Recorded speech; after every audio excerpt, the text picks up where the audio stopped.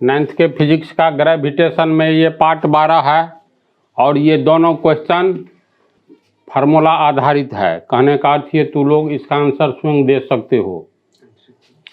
पहला का, अंतरिक्ष में दो आकाशीय पिंड कब एक दूसरे की ओर चलते हुए दिखाई पड़ते हैं?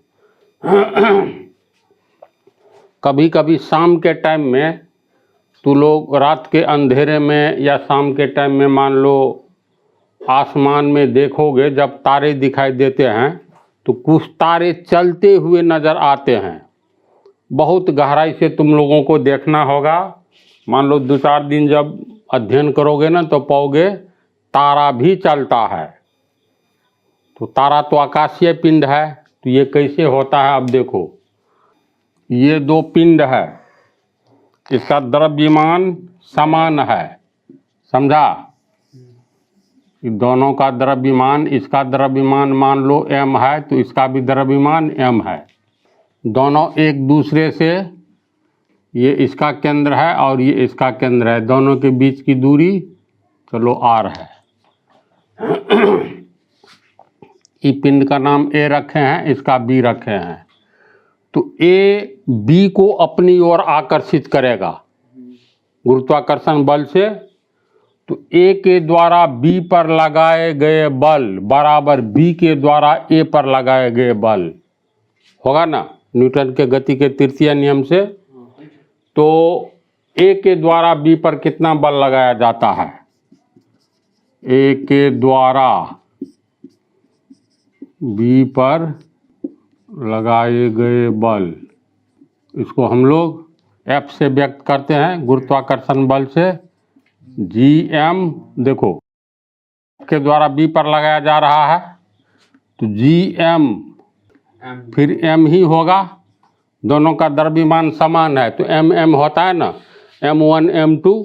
यहाँ तो M1 भी मान लो 200 किलोग्राम है तो ये भी 200 किलोग्राम है, तो दोनों का मान समान हो गया बटा R स्क्वायर। तो ये हो गया Gm स्क्वायर बटा R स्क्वायर। इसके द्वारा जब इस पर बल लगाया जाएगा तो न्यूटन के गति के दूसरे नियम से फोर्स लगाने पर एक्सेलरेशन पैदा होता है, यानी गति में आता है। जब ये गति में आएगा तो इकाई समय में वेग में परिवर्तन होगा, यानी त्वरण उत्पन्न होगा। तो पिंड A के द्वारा B पर जो फोर्स लगाया जा रहा है तो पिंड B में त्वरण उत्पन्न होगा ना। तो पिंड B में उत्पन्न त्वरण कितना होगा? पिंड B में पिंड A के द्वारा लगाए गए बल के कारण पिंड B में उत्पन्न त्वरण। तो फार्मूला क्या है? F बराबर ma होता है ना। तो A हो गया त्वरण, तो A बराबर F/m होगा।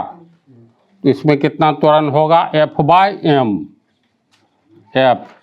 m द्रव्यमान इसका कितना है? तो m है ना। F का मान कितना है? F का मान Gm स्क्वायर बटा R स्क्वायर, यानी Gm स्क्वायर बटा R स्क्वायर। F/m, तो ये m नीचे में है तो एक m कट गया, Gm बटा R स्क्वायर होगा। तो B में उत्पन्न त्वरण हो गया। इसमें जो उत्पन्न त्वरण है इसको हम लोग A मानते हैं, इसका वैल्यू हो गया Gm बटा, एक मिनट, Gm बटा R स्क्वायर, यानी इसमें जो त्वरण उत्पन्न हुआ इसके चलते इसमें मूवमेंट होगा ना। फिर इसके द्वारा जो इस पर बल लगाया जाता है तो इसमें जो त्वरण उत्पन्न होगा तो यही F/m, चूँकि m समान है तो इसका भी वैल्यू इतना ही आएगा, यानी इसका त्वरण अगर हम लोग A डैश मान ले तो इसका भी वैल्यू होगा Gm बटा R स्क्वायर। अब देखो दोनों में त्वरण उत्पन्न है, इसका मतलब दोनों गतिशील है। अब कैसे गतिशील है? तो दोनों पर एक दूसरे के द्वारा समान बल लगाया जाता है। तो तू लोग एक प्रैक्टिकल बात को अनुभव करो।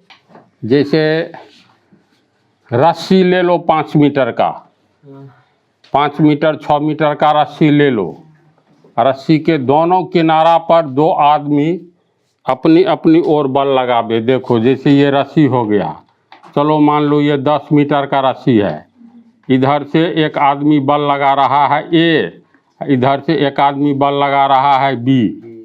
दोनों का द्रव्यमान है, इसका भी है 50 किलोग्राम, ए नाम का जो व्यक्ति है इसका भी है 50 किलोग्राम। ए अपनी ओर जितना बल लगाएगा तो ये भी अपनी ओर उतना ही बल लगा रहा है, समान बल लगाता है। तो बोलो क्या होगा? नहीं, देखो जैसे यही है रस्सी, यहाँ एक आदमी पकड़ो, एक आदमी यहाँ पकड़ो, यहाँ पर जो आदमी है इसको खींच रहा है अपनी ओर और यहाँ पर आदमी है इसको खींच रहा है अपनी ओर। तो ऐसे होगा, नाचने लगेगा, दोनों एक दूसरे को खींचेगा। बात दिमाग में आ रही है? एक रस्सा उधर ले लो, इधर से एक आदमी इधर से खींचो, दोनों एक दूसरे को और नाचो, मतलब ऐसे घूमो, देखो ऐसे घूमो, समान बल लग रहा है तो नजदीक तो आएगा नहीं। ये भी तनाया हुआ है, इधर भी तनाया हुआ है और दोनों एक दूसरे को और घूम रहा है। ऐसा सीन कल्पना करो तो अगर इसको हम लोग जैसे ये है, यहाँ पर एक आदमी इधर खींच रहा है, एक आदमी यहाँ पर समान द्रव्यमान का इधर खींच रहा है, ये जो इधर खींचता है ये भी इधर घूम रहा है, ये इधर घूम रहा है, एक दूसरे को खींच रहा है, तो कैसा मार्ग बनेगा? तो देख लो, जैसे ये है तो यहाँ पर ये बिंदु हुआ, चलो ये बिंदु ए है, फिर देखो यहाँ पर है बी, ये रास्ता है। तो अब देखो दोनों ऐसे घूम रहा है, समझ रहे बात को? तो मान लो ये ए है तो बी ऐसे घूम रहा है, तो इसका मतलब बी का मार्ग हो गया इस मार्ग पर घूम रहा है ना, इसी बात। ये ऐसे घूम रहा है, यानी ए का मार्ग हो गया, इस टाइप का मार्ग हो गया, होगा। तो ए अगर बी को केंद्र मान ले तो ए बी के चारों ओर घूम रहा है, ए को केंद्र मान ले तो ये बी ए के चारों ओर घूम रहा है, दोनों एक दूसरे को ओर घूमता हुआ नजर आएगा। तो यही बात है, अगर सामान्य द्रव्यमान वाला दो आकाशीय पिंड रहेगा तो एक दूसरे की ओर चलते हुए दिखलाई देगा। ये जब घूमता है ना तो लगता है बी ए के ओर जा रहा है, ए बी की ओर आ रहा है, एक दूसरे के चारों ओर घूमता हुआ नजर आएगा और देखने में ऐसा प्रतीत होगा कि ए बी की ओर जा रहा है, बी ए की ओर जा रहा है, लेकिन जाता नहीं है, एक दूसरे के चारों ओर चक्कर लगाता है। समझा? तो सीरियस एवं उसके साथी दो ऐसा आकाशीय पिंड है जो एक दूसरे का चक्कर लगाता रहता है। सामान्य द्रव्यमान होता है तब ऐसी स्थिति आती है। और आसमान में तो देखना, हम तो कई बार ये सब देखे हैं, तारे चलते हुए नजर आते हैं। दरअसल ये ए और बी तारे हैं, अगर मान लो आकाशीय पिंड, तो ये चल नहीं रहे हैं, एक दूसरे के चारों ओर घूम रहे हैं। तो अंतरिक्ष में दो आकाशीय पिंड कब एक दूसरे की ओर चलते हुए दिखाई पड़ते हैं? जब उनके द्रव्यमान समान होते हैं, है ना इसका आंसर। द्रव्यमान समान नहीं होगा तो पृथ्वी का और सूरज का द्रव्यमान एकदम नहीं समान है, तो पृथ्वी चारों ओर घूमता है। समान बल लगाएगा तो समान त्वरण उत्पन्न हुआ। चलो इसको लिखते हैं, तो लोग इसको पढ़ोगे समझ जाओगे। इस चित्र को समझा? सामान्य एम द्रव्यमान का ये भी पिंड है, ये भी पिंड है, इस पिंड का नाम ए है, इसका बी है। द्रव्यमान समान होने के चलते इसके द्वारा इस पर जो बल लगाया जाएगा न्यूटन की गति के तृतीय नियम के अनुसार बी के द्वारा भी ए पर उतना ही बल लगाया जाएगा। तो दोनों में कितना त्वरण उत्पन्न होगा? यहाँ पिंड ए के द्वारा बी पर लगाया गया गुरुत्वाकर्षण बल ए के द्वारा बी पर, एफ बराबर फार्मूला से ये होगा, दोनों का द्रव्यमान m1 m2 यानी m है तो gm²/r² बतला ही है। पिंड ए के द्वारा लगाए बल के कारण पिंड बी में उत्पन्न त्वरण, ये भी उत्पन्न त्वरण का मान समान है। इसी तरह पिंड बी के द्वारा ए पर लगाए गए बल के कारण पिंड ए में उत्पन्न त्वरण, दोनों समान होने के चलते दोनों एक दूसरे की ओर चलता हुआ दिखलाई देगा, लेकिन हकीकत में दोनों एक दूसरे का चक्कर काटता है। इसका उदाहरण लेकर के बतला दिए थे, तो इसको तू लोग समझ गया। चलो अब इसको उतारो। नेक्स्ट क्वेश्चन देखो, गुरुत्वीय त्वरण एक्सेलरेशन ड्यू टू ग्रेविटी किसे कहते हैं? दो पिंड एक दूसरे को आकर्षित करती है, दोनों पिंड के बीच लगने वाले आकर्षण बल को गुरुत्वाकर्षण बल कहते हैं। अगर दो पिंड में से एक पिंड पृथ्वी हो तब दोनों के बीच लगने वाले बल को गुरुत्व बल कहते हैं। बतलाए हैं। तो गुरुत्व बल बतला दिए हैं। दो पिंड में से एक पिंड अगर पृथ्वी हो तब दोनों के बीच लगने वाले गुरुत्वाकर्षण बल को गुरुत्व बल कहते हैं, ये याद रखना है। तो अब मान लो स्वतंत्र रूप से कोई वस्तु पृथ्वी पर गिर रही है। ये m ग्राम का वस्तु है, इसका द्रव्यमान m है और पृथ्वी का द्रव्यमान कैपिटल M मान लो। ये स्वतंत्र रूप से पृथ्वी पर गिर रही है, तो पृथ्वी के केंद्र की ओर बल लग रहा है। तो पृथ्वी जो इस पर बल लगाया वह बल कितना है? तो पृथ्वी के द्वारा इस पर लगाए गए बल कितना होगा? तो ये निकालेंगे F बराबर G/m/r²। दूरी नगण्य मान लो इसको, क्योंकि ये पृथ्वी की त्रिज्या 6400 किलोमीटर है। तो जी का वैल्यू हो गया तुमको 6.673 न्यूटन मीटर स्क्वायर बटा किलोग्राम स्क्वायर। m हो गया पृथ्वी का मान, ये सॉरी द्रव्यमान। तो m का कितना हो जाएगा? 6 × 10 का पावर 24 किलोग्राम। ठीक है। इसके बाद m, इसका पिंड मान लो 1 किलोग्राम है, या हाँ चलो 1 किलोग्राम है। r का मान 6400 किलोमीटर। इसको हम लोग मीटर में बदलेंगे तो 6.4 × 10⁻⁶ होगा। इतना मीटर का होल स्क्वायर। तो इसमें तुमको ये हो गया 6.673 न्यूटन मीटर स्क्वायर गुने 6 × 10⁻24 किलोग्राम गुने 1 किलोग्राम बटा इसका होल स्क्वायर में 6.4 × 10⁻6 का whole square into m² cut गया। बचेगा kg स्क्वायर, इसमें हाँ किलोग्राम स्क्वायर नीचे में है, ये बट्टा में है, तो किलोग्राम स्क्वायर किलोग्राम ये कट गया। अंत में इसको और इसको गुना कर देंगे तो न्यूटन बच रहा है, जो कि होता है 9.8 न्यूटन। फाइनल रिजल्ट बतला है ना। तो पृथ्वी 1 किलोग्राम के पिंड पर 9.8 न्यूटन बल लगाती है। तो इस बल के कारण इसमें त्वरण उत्पन्न होगा। तो ये तो फाइनल निष्कर्ष है, यानी पृथ्वी के द्वारा लगाया गया बल हो गया G/m/r²। इस बल के कारण इस पिंड में जो त्वरण उत्पन्न होगा, इस त्वरण का वैल्यू क्या होगा? तो त्वरण बराबर क्या होता है? जैसे F बराबर ma, F बराबर ma, ये F यानी इस बल के कारण m द्रव्यमान वाले पिंड में a त्वरण उत्पन्न हुआ ना। बल लगेगा तब त्वरण उत्पन्न होगा। तो F बराबर ma, तो a बराबर, इसलिए a बराबर F/m होगा। F का मान कितना है? G/m/r²।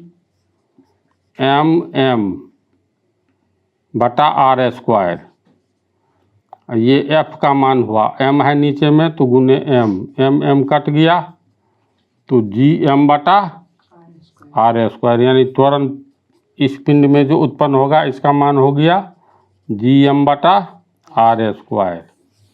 इसी त्वरण का नाम है गुरुत्वीय त्वरण। समझ गया? क्योंकि गुरुत्व बल पृथ्वी लगाता है इस पिंड पर, तो गुरुत्व से बना है गुरुत्वीय त्वरण, एक्सेलरेशन यानी त्वरण ड्यू टू ग्रेविटी, यानी पृथ्वी के गुरुत्व बल के कारण। तो इसी को कहा जाता है जी, यानी गुरुत्व त्वरण। सरल रेखीय गति में ये होता है, और कोई ग्रह पर गिरता हुआ पिंड हो आकर्षण शक्ति के कारण, तो ऐसे त्वरण को जी कहेंगे।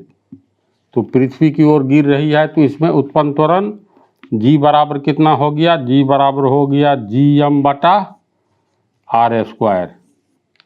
समझा? अब इस पर ए है जी नहीं है, F बराबर एम जी देते तब ना, आप F बराबर एम ए दिए। ए वास्तव में इस ए को क्या कहा जाता है? जी कहा जाता है। हाँ। तो ए के बदला जी लिखे, Gm/r²। समझा? कन्फ्यूजन हो तो पूछ लो। अब देखो इसका वैल्यू कितना आता है। तो जी बराबर हो गया गुरुत्व त्वरण बराबर Gm/r²। इसका सब का मान मालूम है। जी का मान इसका हो गया 6.673 न्यूटन मीटर स्क्वायर बटा किलोग्राम स्क्वायर। ये जी का मान हुआ। एम हो गया पृथ्वी का मास।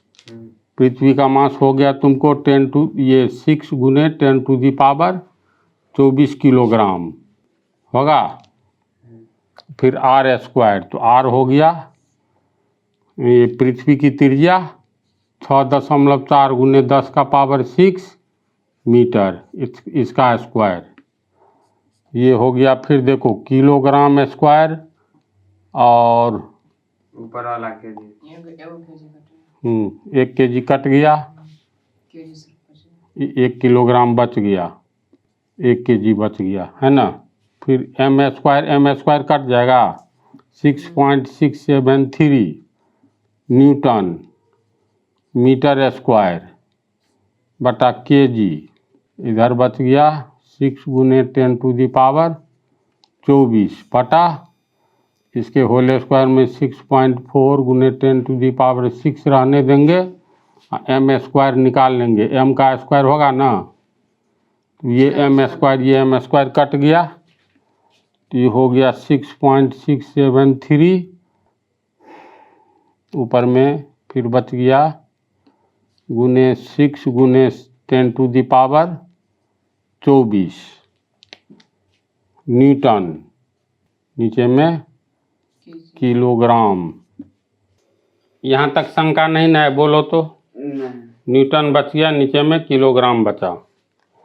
अब ये हो गया तुमको 6.673 गुने 6 गुने 10⁻24 न्यूटन किस में टूटता है? किलोग्राम मीटर प्रति सेकंड स्क्वायर में, बटा में है किलोग्राम, तो किलोग्राम कट गया। तो ये हो गया तुमको 6.673 गुने 6 गुने 10⁻24। नीचे में बच रहा है, नीचे वाला हम लोग नहीं लिख पाए, नहीं लिखे। 6.4 गुने 10⁻6 का होल स्क्वायर, यहाँ भी होगा 6.4 10⁻6, यहाँ भी 6 गुने 10⁻24 है, तो 24 मीटर प्रति सेकंड स्क्वायर। 6 है तो 6 तो दिए हैं, 10 डाटा सही है। होल स्क्वायर कौन देगा? हाँ, 6.4 का होल स्क्वायर, इतना मीटर प्रति सेकंड। उससे पहले हम 6 लिखे हैं ऊपर वाला में, उसके हाँ 6.4 है ही, इंटू 10 का पावर 6 है। 6 ठीक है, 10⁻6 उसका होल स्क्वायर का होल स्क्वायर, 10⁻6 का होल स्क्वायर, है ना। इसको कैलकुलेशन करके, समझा, मीटर प्रति सेकंड स्क्वायर, जी का मान आएगा 9.8 मीटर प्रति सेकंड वहाँ स्क्वायर। पर भी होल स्क्वायर होगा। होल स्क्वायर, यहाँ भी होल स्क्वायर होगा, छूट गया है। समझा जी का मान कैसे निकलेगा? तो पृथ्वी इस पिंड पर जो बल लगा रही है, तो पृथ्वी के द्वारा इस पिंड पर बल लग रहा है, तो इसमें न त्वरण उत्पन्न होगा। हम लोग मान लो ये मार्कर पर फोर्स लगाए 10 न्यूटन, तो बल लगाने के चलते ही इसमें गति पैदा हुई, तो बल की दिशा में गति पैदा होगी, यानी ये वेग है। तो वेग उत्पन्न होगा तो त्वरण उत्पन्न होगा ही। तो पृथ्वी जिस पर, जैसे जिस पिंड पर बल लगाओगे उस पिंड में त्वरण उत्पन्न होता है। तो पृथ्वी के द्वारा इस पिंड पर बल लगाया जाता है, कितना बल, F बल लगाया जाता है। तो F ये गुरुत्वाकर्षण बल का तो ये फार्मूले है, यानी M जो बल लगाता है और M किस पर बल लगाता है बटा r²। तो इतना फोर्स इस पर लगता है तो इसमें कितना त्वरण उत्पन्न होगा, तो फार्मूला होता है F बराबर ma होता है ना। यानी ये बल जो इस पर लगा ये M मास वाले पिंड पर, तो उसमें A त्वरण उत्पन्न होगा पृथ्वी के द्वारा लगाए गए बल के कारण। तो A बराबर F/m। तो ये F क्या है, पृथ्वी के द्वारा लगाया गया बल है, यानी ये बल है। तो इसका मान F का यहाँ पर दिए बटा M, नीचे में M कट गया तो Gm बटा r², यानी A बराबर Gm बटा r²। तो दोनों का वैल्यू देंगे, पृथ्वी का ये त्रिज्या, तो अंत में कैलकुलेशन करके G का मान इतना आता है। इसका अर्थ है पृथ्वी के द्वारा, अच्छा इसमें एक निष्कर्ष छिपा हुआ है, इसको देख लो। यहाँ पर ब्रेन लगाओ, G का मान किस किस पर निर्भर करता है। गुरुत्व त्वरण का मान देखो ग्रेविटेशनल कांस्टेंट पर है ना, एक, दूसरा M यानी पृथ्वी के द्रव्यमान पर, तीसरा पृथ्वी और पिंड के बीच की दूरी पर। पिंड का द्रव्यमान M है, कहीं बोलो तो नहीं न है। इसका अर्थ है जो भी जिस भी पिंड को पृथ्वी खींच रही है इसका द्रव्यमान 100 किलोग्राम हो या मान लो 1 करोड़ किलोग्राम हो, इस G बराबर Gm बटा r² में M तो पृथ्वी का मास है, इसमें पिंड का मास M नहीं न है। इसका अर्थ है किसी भी गिरते हुए पिंड को पृथ्वी 9.8 मीटर पृथ्वी के कारण जो उस पर ये बल लगेगा गुरुत्वाकर्षण बल, उस बल के कारण उस पिंड में जो त्वरण उत्पन्न होगा तो पिंड के मास पर निर्भर करता है। फार्मूला में G बराबर यानी ये गुरुत्व त्वरण बराबर Gm बटा r² में M तो है ही नहीं, तो M का मान लो 1 करोड़ टन हो या 1 किलोग्राम हो, सब पे 9.8 मीटर सब पर यही थोड़ी लागू होगा। G का मान हमेशा फिक्स रहेगा, जिसमें पिंड का द्रव्यमान का कोई योगदान नहीं है। इसका मतलब गिरते हुए पिंड के द्रव्यमान से ये G का मान फ्री है ना। तो पिंड जितना भी मास का हो, जितना भी किलोग्राम का हो, और इसी का मान है 9.8 मीटर प्रति सेकंड स्क्वायर। तो इसीलिए जब हम लोग किसी पिंड को ऊपर की ओर फेंकते हैं तो उसी समय से पृथ्वी गुरुत्वाकर्षण बल नीचे की ओर लगाने लगती है, तो ऊपर जाते हुए पिंड का त्वरण घटता है, वेग घटेगा तो त्वरण भी घटेगा, और नीचे की ओर गिरते हुए पिंड का त्वरण बढ़ता है। इस पॉइंट को भी याद रखना। तो गुरुत्व त्वरण क्या चीज़ है समझ गया, ये हो गया इसका फार्मूला, इसका वैल्यू इतना आता है। तो इसको लिख दे। अब इसमें ये परिभाषा लिख दिए हैं, गुरुत्व त्वरण के लिए G का प्रयोग किया जाता है संकेत के रूप में। इसी त्वरण के कारण पृथ्वी की सतह से ऊपर की ओर फेंकी गई वस्तु के वेग में कमी तथा नीचे आती हुई पिंड के वेग में वृद्धि होती है। यहाँ तक समझ गया। ग्रेविटेशनल यूनिवर्सल कांस्टेंट और G में क्या संबंध है, एक्सेलरेशन ड्यू टू ग्रेविटी। तो अगर पृथ्वी का द्रव्यमान M मान ले, पृथ्वी का त्रिज्या r, और पृथ्वी की सतह से नगण्य ऊंचाई पर M द्रव्यमान की पिंड पर, पृथ्वी से नगण्य ऊंचाई का मतलब हुआ 10, 20, 50 मीटर, 6400 किलोमीटर त्रिज्या है तो 20-50 मीटर का कोई महत्व नहीं है। तो नगण्य ऊंचाई पर M द्रव्यमान की पिंड पर न्यूटन के गुरुत्वाकर्षण नियम से लगता गुरुत्व बल पृथ्वी नगण्य ऊंचाई पर स्थित कोई वस्तु पर कितना बल लगाएगा, तो ये बल होगा F बराबर Gm बाय r²। एक दूसरा फार्मूला होता है न्यूटन के गति के द्वितीय नियम से, F बराबर mg। पृथ्वी तो इतना गुरुत्वाकर्षण बल लगाएगा, लेकिन ये भी तो F बराबर mg बल लगाएगा। m हो गया पिंड का द्रव्यमान, g का मान बैठा दो। तो दोनों पृथ्वी के द्वारा ही पिंड पर लगाया गया बल है। तो समीकरण 1 और 2 से इतना बराबर मतलब इतना बराबर इतना होगा। इसे हम लोग को कैलकुलेट करने पर g का मान निकल जाता है gm/r²। g बराबर gm/r², वैल्यू रखेंगे g का इतना न्यूटन मीटर स्क्वायर बटा kg², m का मान रखे, फिर r का मान रखे, तो कैलकुलेट करके इस सबको 9.8 मीटर प्रति सेकंड स्क्वायर आता है g का मान, यानी g बराबर 9.8 मीटर प्रति सेकंड स्क्वायर याद रखना है। दूसरी बात, फार्मूला से g बराबर gm/r² से स्पष्ट है कि गुरुत्वीय त्वरण यानी g, इस कैपिटल G पृथ्वी के द्रव्यमान m एवं पृथ्वी तथा पिंड के बीच की दूरी r पर निर्भर करता है, लेकिन पिंड के द्रव्यमान m पर नहीं निर्भर करता है। स्पष्ट है ना। अतः पिंड का द्रव्यमान कुछ भी हो, गुरुत्वीय त्वरण गिरते हुए पिंड के द्रव्यमान पर निर्भर नहीं करता है।